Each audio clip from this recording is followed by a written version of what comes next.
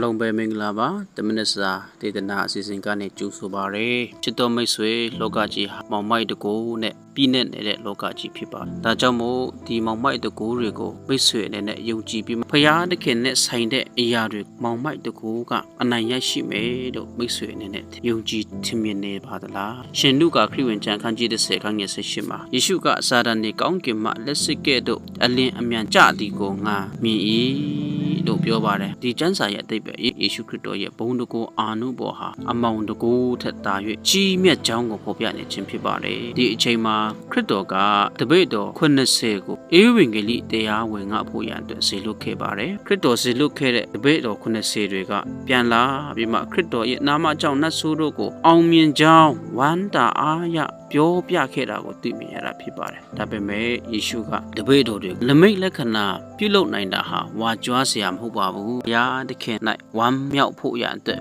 ဖြစ်တယ်ဘုရားသခင်ကိုချီးမွမ်းဖို့ရန်အတွက်ဖြစ်တယ်လို့ပြောပါတယ်ဒီနေ့လေကျွန်တော်တို့ရဲ့ယုံကြည်ခြင်းကိုသခင်ယေရှုခရစ်တော်အပေါ်မှာအမြဲတမ်းတည်ဆောက်နေကြဖို့ရန်အတွက်ဖြစ်ပါတယ်ခြားသောအရာတွေနဲ့ဝမ်းမြောက်နေဖို့ရန်အတွက်မဟုတ်ဘူးခရစ်တော်ကိုယုံကြည်ခြင်းအပြင်ထာဝရအသက်ရတဲ့အရာကိုမှပဲဝမ်းမြောက်နေဖို့ရန်အတွက်ပဲဖြစ်ပါတယ်ဒါကြောင့်မိတ်ဆွေရဲ့ဘဝမှာအကြောက်တရားဒါမှမဟုတ်စိတ်ပြတ်အားငယ်မှုတစ်ခုခုနဲ့ကြုံနေရတယ်ဆိုလို့ရှိရင်ခရစ်တော်ရဲ့တတ်နိုင်ခြင်းတကူကိုမျှော်လင့်ပြီးမှယုံကြည်ခြင်းနဲ့အသက်ရှင်ကြဖို့ရန်အတွက်အားပေးလိုက်ပါတယ်အားလုံးကိုဖြတ်ရှင်ကောင်းချီးပေးပါစေ